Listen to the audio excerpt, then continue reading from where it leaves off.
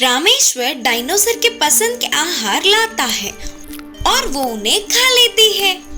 फिर रामेश्वर ने कहा, छोटू, हमें पैसे मिलने से ही खाना मिलेगा और पैसे कमाने हो तो मेहनत करनी होगी, इसीलिए मैं जंगल जाकर लकड़ियाँ काट के ले आऊंगा।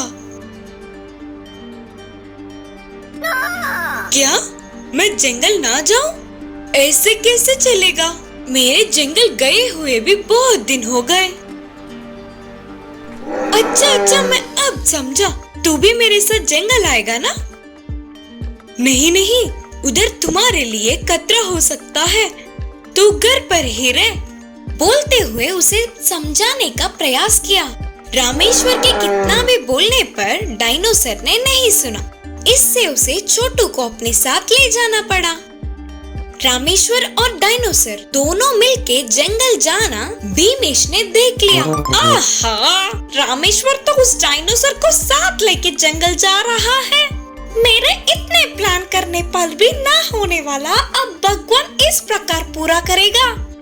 जंगल के जानवर तो इसे नहीं जानते, इससे सारे क्रूर जानवर मिलके एक साथ इस पर हमला तो करेंगे ही। फिर तो इस छोटू का चैप्टर क्लोज करके बोलते हुए भीमेश हंस पड़ा।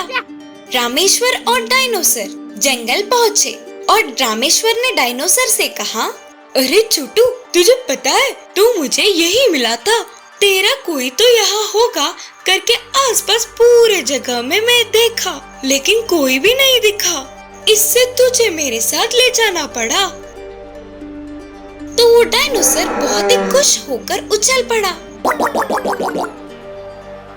ठीक है, फिर मैं इधर ही पेड़ों से लकड़ियाँ काट के इकट्ठा कर लूंगा, लेकिन तू बस दूर ना जा, इधर ही पास घूम ले करके बोलकर वह अपना काम करने में लग गया। डायनासोर उधर ही खेल रहा था। कुछ देर बाद उसे प्यास लगने से दूर से दिखने वाली नदी के पास गया। लकड़ियाँ काट रहे रामेश्वर ने उस पर ध्यान नहीं दिया और नदी के पास जाकर पानी पीने वाले डायनासोर को शेर ने देख लिया और उसके मुंह में पानी आ गए। पानी पी के जाने वाले डायनासोर पर अचानक हमला कर दिया। अचानक के इस घटने से वह डायनासोर पहले डर गई, लेकिन फिर बाद में उसने शेर से लड़ाई की। कुछ देर बाद रामेश्वर को छोटू के ना दिखने पर उसके आसपास के पूरे जगह में ढूंढा। फिर से शेर से लड़ रहे डायनासोर को दूर से देखा। अब देखने से कोई फायदा नहीं करके रामेश्वर अपने पास के हल से शेर को मारा। इससे शेर चिल्लाता हुआ उधर से भाग गया। उसके बाद रामेश्वर डायनासोर को अपने पास लेके सब ठीक है करके चैन की सांस ली। डायनासोर का अंडा।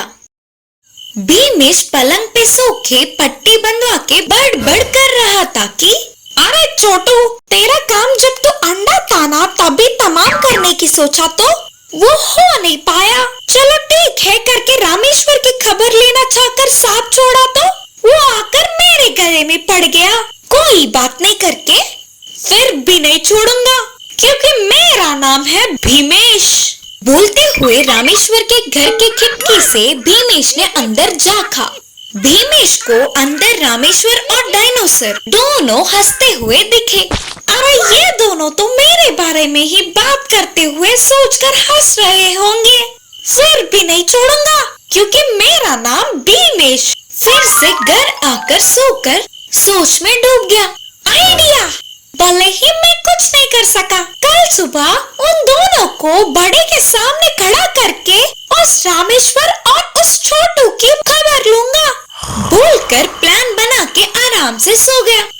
उसी रात को दो चोरों ने उस गांव में प्रवेश किया और धीरे धीरे एक एक घर में घुसते गए। जितने मिले उतने पैसे और सोना लूटते रहे। भीमेश के घर भी जाकर उसके पैसे और सोने को लूटकर अपनी पोटली में बांधा। तभी किसी चीज की आवाज होने पर डायनासोर ने उन्हें देख लिया। अरे, वो तो कोई विचित्र जानवर है, उसने हमें देख लिया। अरे पागल, जोर से मत चिल्ला, किसी ने देख लिया तो हम मर जाएंगे, उसे हम नहीं मिलेंगे, चल भाग। छोर गलियों में भागने लगे। तभी डायनासोर भी चिल्लाता हुआ उनके पीछे भागने लगा और उन दोनों चोरों को पीटकर उन्हें एक पेड़ से बांधा। सुबह होने के बाद चोरों को पकड़वाने वाले डायनासोर के बारे में जानकर गांव के बड़ों ने रामेश्वर और छोटू की बहुत तारीफ की और रामेश्वर को इसका इनाम भी दिया गया। कुछ ही देर बाद ये सब ना जानने वाला भीमेश उसी गांव के पंचायत के पास आकर झगड़ा करने लगा। आप सब एक साथ से अनजान हो। सुनो, रामेश्वर के घर में एक बड़ा सा विचित्र जानवर है। उसे देखने पर तुम सब लोग डर के भागने लगोगे। बच्चे तो घर से बाहर तक नहीं निकल सकेंगे। ऐसे जानवर को और उसे सहारा देने वाले रामेश्वर को आप क्या सजा देना चाहेंगे? बोलो, आप खुद ही सोच लो करके बोला। उन दोनों को अभी ही तारीफ करके इनाम दिया। बड़े ने कहा। आसपास के सारे लोग रात की बात बताने पर भीमेश परेशान हुआ। उसकी प्लान उस पर ही उल्टा पड़ने पर अब करे तो क्या करे, उसे कुछ समझ नहीं आया। तेरे घर में कुछ तो चोरी हुआ होगा, पहले उधर जाके देख ले भीमेश करके बड़े ने कहा। अरे छोटू रामेश्वर दोनों मिलकर फिर से मुझे बुद्धू बनाए। भीमेश के ऐसे बोलने पर उधर के सारे लोग हंस पड़े और वो भागते हुए घर गया। डायनासोर का अंडा। सुबह होते ही रामेश्वर शहर जाने के लिए तैयार हुआ और कहा, अरे छोटू, मैं शहर जा रहा हूँ। उधर थोड़ा काम आया, वो होते ही जल्दी लौट आऊंगा। वापस आते समय मैं तेरे लिए तरह तरह के आहार लाऊंगा। तब तक ना तू अंदर ही रह, कहीं बाहर मत जा और नए लोगों से सावधान। बोलकर डायनासोर को सतर्क करके रामेश्वर शहर के लिए निकल पड़ा। ये सब घर के बाहर ही खड़े भीमेश ने सुना और बोला, रामेश्वर तो शहर जा रहा है, इसका मतलब अब ये शाम तक नहीं लौटेगा और तब तक मुझे इस छोटू की खबर लेना होगा। लेकिन जब वो अंडा था तभी मेरा हाल बेहाल कर दिया, इसीलिए तो मुझे जो भी सोचूं और करूं बहुत सावधानी बरतनी पड़ेगी। ऐसे थोड़ी देर बहुत सोच विचार करके भीमेश एक निर्णय पर पहुंचा। यस, उसे ना मैं एक केक में नशीली दवा मिलाकर खिलाऊंगा। फिर उसके बेहोश होने के बाद डायनासोर को दो आदमियों के मदद से जंगल ले जाकर छोड़ना या कुछ और करना सोचूंगा करके निर्णय किया। ऐसे जल्दी से केक तैयार करके उसमें नशीली दवा मिलाया। भीमेश उस केक को लेकर डायनासोर के पास पहुंचा। हेलो रे छोटू, हैप्पी बर्थडे। तेरे बारे में मेरे दोस्त रामेश्वर से सुन के तेरे लिए केक लाया हूँ। बोलकर केक दिखाया। उस केक को देखते ही डायनासोर खुशी से उछल पड़ा। अरे छोटू, ये पूरा तेरे लिए ही तो है, चल खा ले करके बोलते हुए और पूरा केक एक ही बार में डायनासोर खा गया। थोड़ी देर भीमेश ने अच्छा बनने का नाटक किया और थोड़ी ही देर में डायनासोर बेहोश होकर गिर पड़ा। सब कुछ उसके चाल के मुताबिक ही होने पर भीमेश ने जोर से सीटी मारी। वह सुनते ही बाहर के दो आदमी रस्सी लेकर अंदर गए। भीमेश और उसके आदमी मिलकर छोटू को रस्सी से बांधने की कोशिश करते रहे। इतने में अचानक डायनासोर चिल्लाता हुआ एकदम से उठ गया और मुंह से केक को बाहर निकालकर फेंका। ये सब देख भीमेश चौंक गया। बाप रे बाप, केक को चबाकर खाने के बजाय इसने होशियारी से मुंह में ही रखा। इसमें भी उस रामेश्वर की बुद्धि ही आई।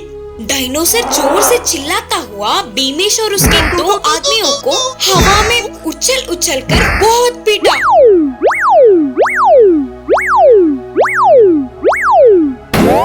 छोटू की पीठ ना सह पाते हुए तीनों उधर से भाग गए। डायनासोर का अंडा। रामेश्वर के घर लौटने वाला अंडा थोड़ा थोड़ा इधर उधर हिलते हुए टूटने लगा। उस अंडे की आवाजों से सोता हुआ रामेश्वर जाग गया। कुछ देर बाद अंडा टूटकर उसमें से डायनासोर का बच्चा बाहर निकला। उसे देखते ही रामेश्वर बहुत खुश हुआ। देखने में बहुत सुंदर और अच्छा सा लग रहा है, इसीलिए तुझे ना मैं छोटू बुलाऊंगा। करके रामेश्वर के कहने पर वो डायनोसर खुशी से उछल उछल कर कूद पड़ा, उसे पास लेकर प्यार जताया। तुझे तो बहुत भूख लग रहा होगा ना, रुक जा, अंदर के दूध और फल लाऊंगा। बोलते हुए अंदर जाकर दूध और फल लाकर उसके सामने रखा और उसने दूध एक घूंट में ही खत्म कर दिया। फिर फल खाना भी शुरू किया। अरे छोटू, मुझे ना नींद आ रहा है और तू भी फल खाकर थोड़ी देर सो जा। सुबह होने पर मैं जाकर तेलेरिए तरह तरह के आहार लाऊंगा, ठीक है? करके बोलकर रामेश्वर को नींद आने पर वो सो गया। डायनोसर फल खाता रहा। दूसरी ओर भीमेश गुस्से से लाल हो रहा था। उसके घावों का बदला लेने के लिए मौका ढूंढ रहा था।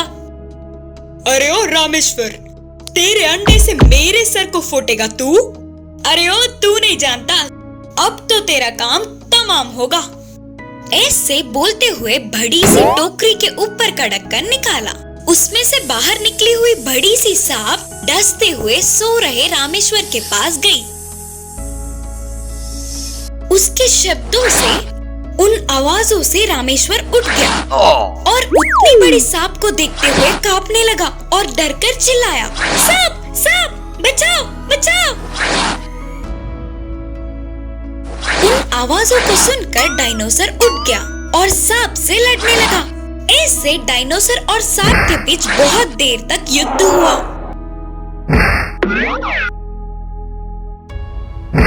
आखिरकार सांप मर ही गई। उस मरी हुई सांप को डायनोसर ने कहीं दूर फेंक दिया और वो सांप उड़ता हुआ जाकर भीमेश के गले में गिर गया। आया, सांप, सांप करके डर के चिल्लाते हुए चक्कर खा के नीचे गिर पड़ा और उसे बचाने वाले डायनोसर छोटू की रामेश्वर ने बहुत तारीफ की।